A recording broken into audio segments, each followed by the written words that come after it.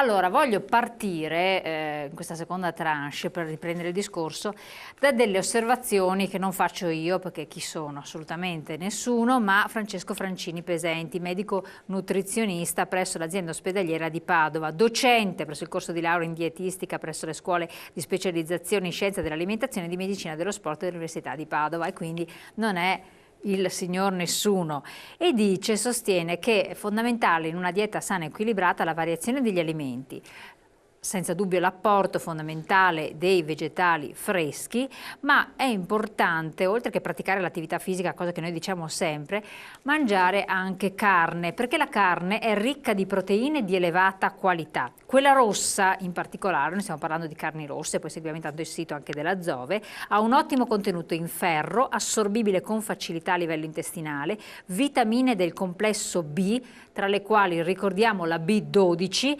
completamente assente purtroppo negli alimenti invece di origine vegetale, quindi attenzione a chi non mangia carne, e poi oligoelementi quali il rame e lo zinco, per cui diventa un eccellente alimento per la prevenzione e la cura delle anemie.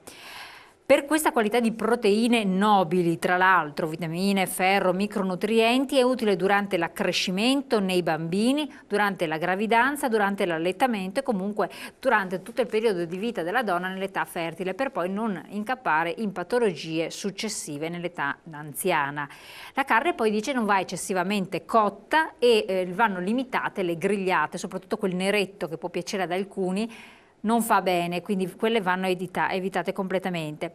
È molto importante, però sottolinea, poter disporre di un prodotto di qualità a livello sia organolettico che igienico-sanitario, e allora si può consumare in tutta tranquillità, e questo ci tenevo a dirlo perché fa parte dell'informazione che è bene dare, perché tante volte si è un po' sviati, per cui variare la propria dieta, però attenzione, mangiare magari in quantitativi controllati ma che sia di qualità, certo. Direttore, quindi questa è la garanzia di qualità. E allora cosa avviene dietro le quinte di un allevamento, degli allevamenti, dei 150 che voi in qualche modo controllate, che fanno parte di questo consorzio, che è quello che interessa poi anche i consumatori? Noi abbiamo fatto della qualità, della genuinità dei prodotti un punto fermo.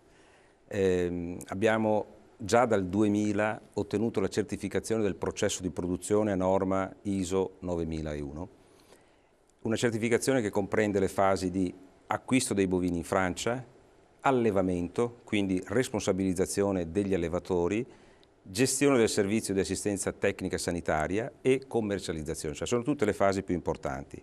E qui c'è la certificazione che implica degli oneri anche ben importanti. Sono degli oneri, infatti c'è un disciplinare di produzione, ci sono delle procedure che devono essere rispettate dagli allevatori per quanto riguarda ad esempio il piano di igiene di stalla, il piano delle manutenzioni, le modalità di somministrazione dei farmaci, le modalità di somministrazione della razione alimentare. Bravissimo, ho toccato altri due aspetti che dopo approfondiamo, vada. Quindi non è lasciato al caso. Abbiamo definito in termini di procedure e istruzioni operative come deve essere gestita ogni fase dell'allevamento. È la certificazione di Azove, ma coinvolge anche gli allevamenti soci in qualità di siti produttivi. Cioè loro aderiscono a questo e si impegnano a rispettare il disciplinare di produzione, i controlli che facciamo noi in forma di autocontrollo e i controlli di parte seconda, che è l'organismo che ci certifica, che sistematicamente anno per anno gira negli allevamenti per verificare le caratteristiche dei prodotti alimentari, dell'Unifeed, dell'acqua debeverata, della verifica sul sangue e sulle urine. Niente po' di meno. Visto che anche lei è presidente ma anche allevatore, sono due aspetti che molte volte creano per non conoscenza, allarme nei consumatori finale. L'alimentazione del bovino e poi la somministrazione di farmaci, che è l'altro aspetto. Che scelte avvengono qui? Con che tipo di criteri, insomma? Sì, adoperiamo principalmente, vorrei dire unicamente, cereali nell'alimentazione dei bovini, dall'insilato di mais, ma poi la soia, ancora mais, sottoprodotti come la crusca, come le polpe di barbabietola, diciamo tutti prodotti nobili che vanno a migliorare sia l'allevamento, ma va a migliorare la tipologia delle carni. Certo. La tipologia delle carni. Con i nostri alimentaristi far sì che l'animale possa far sviluppare muscolo e non grasso. E non grasso, bravissimo, questo è un altro aspetto. Per quanto riguarda i farmaci c'è un'attenzione, perché poi c'è sempre la paura del passaggio degli antibiotici dalla carne animale a quella umana, cioè all'uomo e così via. Nella fase iniziale naturalmente c'è il vaccino che viene fatto subito ai primi giorni. Che è una garanzia perché l'animale sia sano. Poi. Esatto. Non contragga patologie. Sì.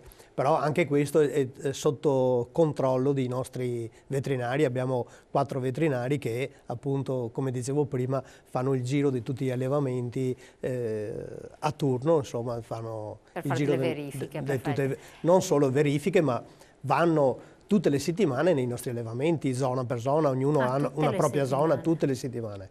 Aspetta, direttore, è arrivato un messaggio che condensa un po' quelle che sono le perplessità di molti. Cosa possiamo rispondere? Possiamo dire che, come si diceva prima, le carni devono essere etichettate. C'è un regolamento comunitario, poi recepito con un decreto del nostro Ministero, che dà le indicazioni. Quindi il consumatore, quando va in supermercato o anche in una macelleria, deve trovare 5 informazioni. Le 5 informazioni sono il paese di nascita, quindi ci sarà sicuramente scritto nato in, e quando parliamo di carni di qualità come quelle allevate dai soci di Azove, sono carni di provenienza francese. Ecco, siccome siamo a capitoli, francese, se ci fosse scritto Argentina o sarebbe Irlanda, troverebbe scritto nato in Irlanda, c'è? nato in Germania, nato in Austria. E voi perché non prendete Austria, Germania, Argentina? È stata una scelta perché la Francia, proprio per le caratteristiche del paese, caratterizzato dal massiccio centrale, da una cultura dell'allevamento che è sempre esistita in quel paese, poi sviluppata anche con una ricerca genetica a partire dagli anni 50, hanno ottenuto delle razze che sono ottime per la produzione di carne, sia in termini di performance produttiva, sia in termini di caratteristiche qualitative organolettiche. Parliamo dello Charolais, parliamo del Limousin, del Blond d'Aquitaine, che sono razze estremamente pregiate, che nascono e vivono per la prima parte al pascolo con la madre, poi all'età di 6, 8, 9 mesi vengono portate in Italia, che è il più importante paese di importazione di questi tra virgolette broutards, dove in Veneto e nella pianura padana si è sviluppata una professionalità degli allevatori partendo proprio dall'utilizzo dei foraggi prodotti in azienda, dei cereali che ottengono, la tecnica dell'allevamento in Veneto confinato, che dà la caratteristica delle carni che tutti conosciamo, perché poi sono quelle che troviamo al supermercato. Chiarissimo. Allora, e qui abbiamo visto la natalità. Quindi noi dobbiamo trovare sull'etichetta nato in. Poi troviamo una seconda informazione che deve dire allevato in. Allora, se noi troviamo nato in Francia, allevato in Francia, poi la terza informazione dice macellato in. Se noi troviamo Francia, Francia, Francia, vuol dire che sono carni importate dalla Francia e poi messe in vendita in Italia. Nel caso nostro troviamo nato in Francia, allevato in Francia / Italia. Vuol dire che l'animale è stato per un primo periodo in Francia e per il secondo periodo in Italia, e con il nostro disciplinare vuol dire che ci sta almeno 5-6 mesi, normalmente 7 mesi. Quindi gli animali nei nostri allevamenti rimangono per 7 mesi. Nato in Francia, allevato in Francia-Italia, macellato, quindi troviamo il paese di macellazione. Nel caso nostro, che rilevanza ha?